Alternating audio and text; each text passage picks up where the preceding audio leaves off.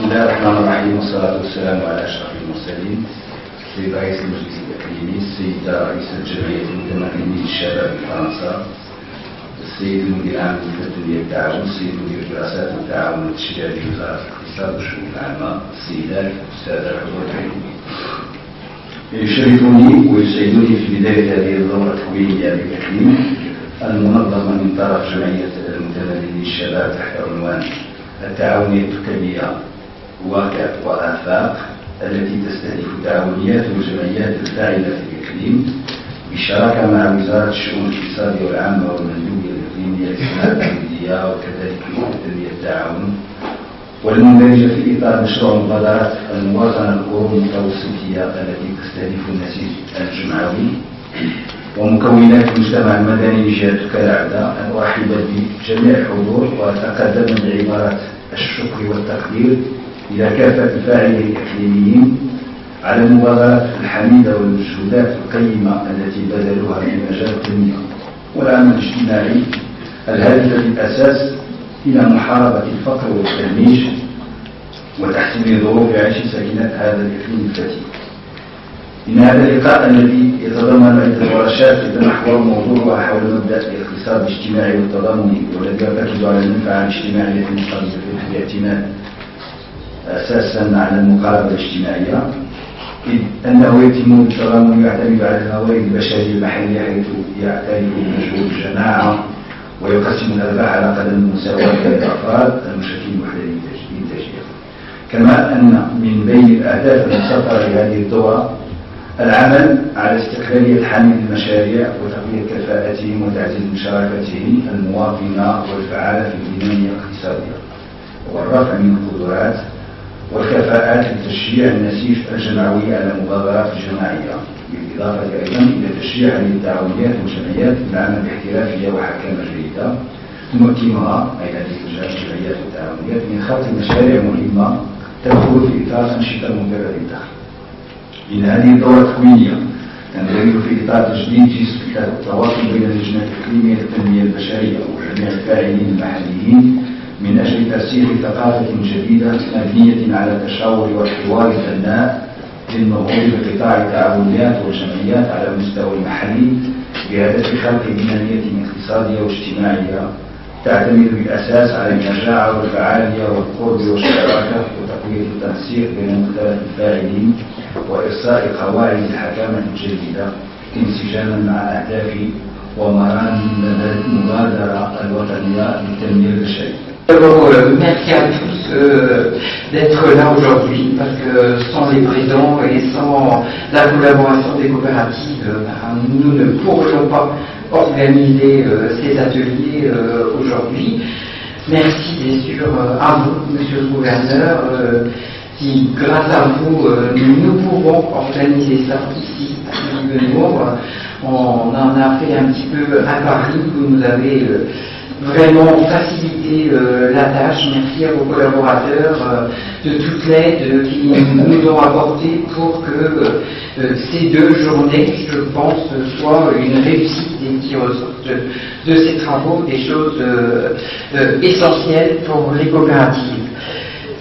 Donc pour moi, je voudrais dire que depuis 2008 maintenant que nous avons entamé une démarche de travail dans le cadre de l'économie sociale, et nous sommes d'ailleurs rattachés au réseau REV, qui est le réseau européen des villes de l'économie solidaire.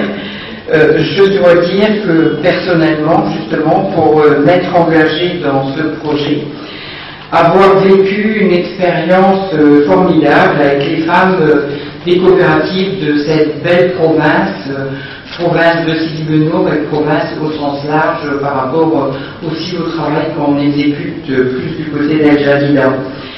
Des liens se sont créés bien sûr, et je voudrais profiter de cette occasion pour témoigner de mon admiration pour toutes ces femmes qui ont été remarquables d'assiduité, de volonté d'apprendre et de faire évoluer leur activité. Alors je pense que, évidemment, je parle là au passé puisqu'on fait un peu un mini-bilan, mais qui vont être encore formidables, je pense, sur l'année 2012 que nous allons entamer.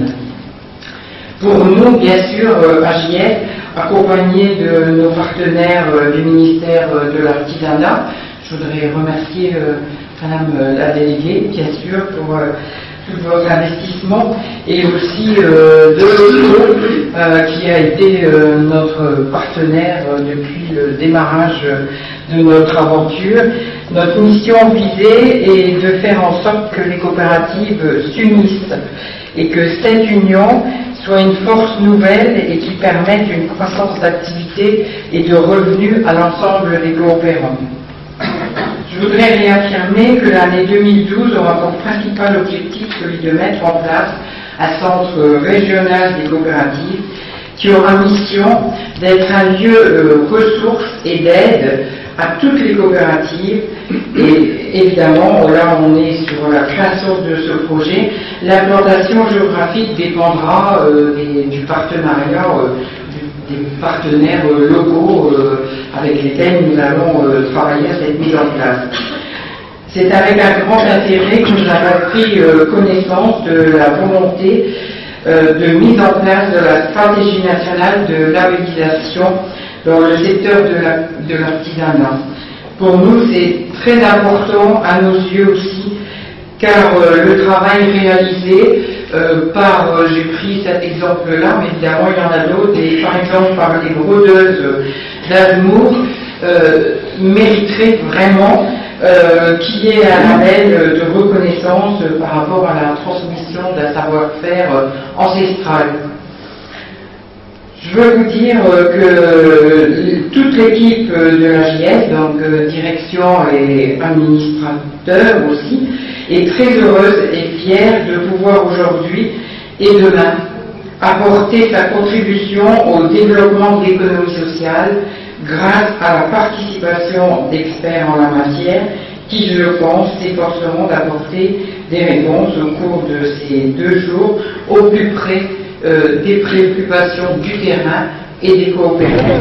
Monsieur le Président, bonjour. Vous pouvez nous présenter un peu vos actions et l'association en quoi concerne les différentes actions que vous avez menées avec votre association.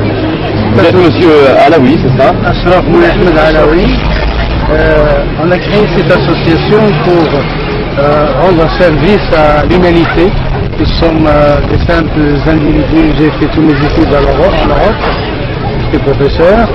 Et j'ai essayé avec Madame Naïma Al-Khri pour avancer dans cette région d'Adida et porter secours à une population nécessiteuse qui ont besoin de nous par le biais médical et par le biais aussi dans l'avenir de ce que nous pouvons apporter pour ces gens-là.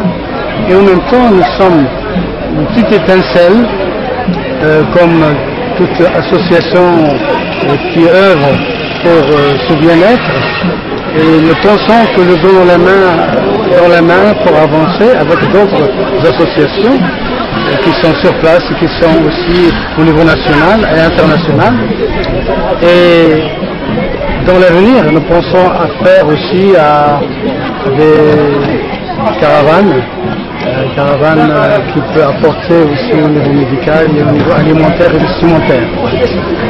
Et c'est la raison pour laquelle nous sommes là aujourd'hui, pour œuvrer à apporter une aide aux personnes qui n'ont pas des moyens. Aujourd'hui, je pense que la manifestation d'aujourd'hui, c'est donc des consultations gratuites des médecins et d'infirmières et distribution de médicaments aux gens qui en ont besoin. Tout à fait. On a fait appel à des médecins de Jadida pour des perspectives d'avenir pour eux et pour nous qu'ils nous ont donné un coup de main. Un coup de main, Madame Nasri les a touchés de près et ils sont là aujourd'hui, solidaires, avec les Marocains solidaires qui veulent avancer. Et c'est la raison pour laquelle il me fait chaud au cœur pour ces personnes qui ont besoin et les médecins ont aidé nous pensons qu'ils aideront après dès qu'on a besoin. D'accord. On m'a dit aussi que donc vous avez votre vice-présidente qui a ouvert un siège et un petit local sur El Jadida, c'est elle qui est plus présente donc sur ce local à s'occuper d'accueillir les gens presque tous les jours. Je suis d'écoute. Donc moi je suis la vice-présidente de Moulay Ahmed. Je suis originaire de la ville, du côté maternel. Donc j'ai grandi ici, je fais mes études. Après je suis partie en France pour faire des études aussi à Paris. Et puis de retour, tout comme M. Moulay Ahmed, on a cité, on a pensé aider les autres, étendre notre main à tous ceux qui ont besoin de nous. Donc on a commencé par les Jadida, peut-être qu'on va s'étaler sur d'autres régions, pourquoi pas, si Dieu le voudra et qu'on vivra plus longtemps, Inch'Allah. On a créé une cellule d'écoute à El Jadida. C'est vrai que je suis quasiment présente tout le temps ici pour pouvoir être là, très proche des gens, pouvoir les écouter, savoir de quoi ils ont besoin et de quoi ils souffrent, et puis essayer de faire de notre mieux, de pouvoir leur faire évoluer, soit sur le niveau social, le bien-être, sur la santé. Et puis, de toute façon, comme on a institué notre association c'est très bien, sociétale pour la femme, l'enfant et l'handicapé, insertion et patriotisme. Donc nous, on essaie d'intervenir sur plusieurs thèmes, sur plusieurs volets, pour pouvoir non seulement faire aider les gens pour leur donner un médicament ou un soin physique, ou pour pouvoir leur donner à manger, non, c'est leur insertion dans la société. Donc notre intervention est purement civile, on est des intervenants.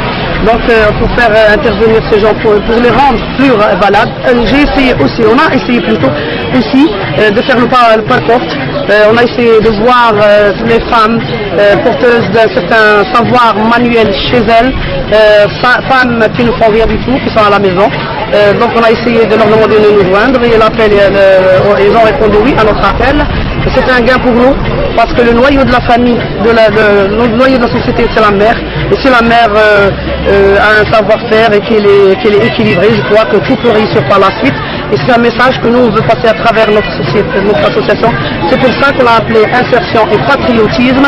Par le patriotisme, c'est le bien-être, c'est la bonne éducation, c'est les bonnes œuvres, que ce soit des côtés des riches et puis l'écoute des côtés des intellectuels, et puis aussi que les pauvres soient à leur chevet, que ce soit chez eux, qu'on soit avec eux pour qu'on puisse les faire évoluer, et comme ça on évoluera et on arrivera un peu plus loin, et j'espère qu'on atteindra nos objectifs, Inch'Allah. Souhaitons bonne chance à votre association. Merci. Nous allons visiter un petit peu les stands de consultation. Merci de votre accueil. Merci beaucoup. Merci, au revoir.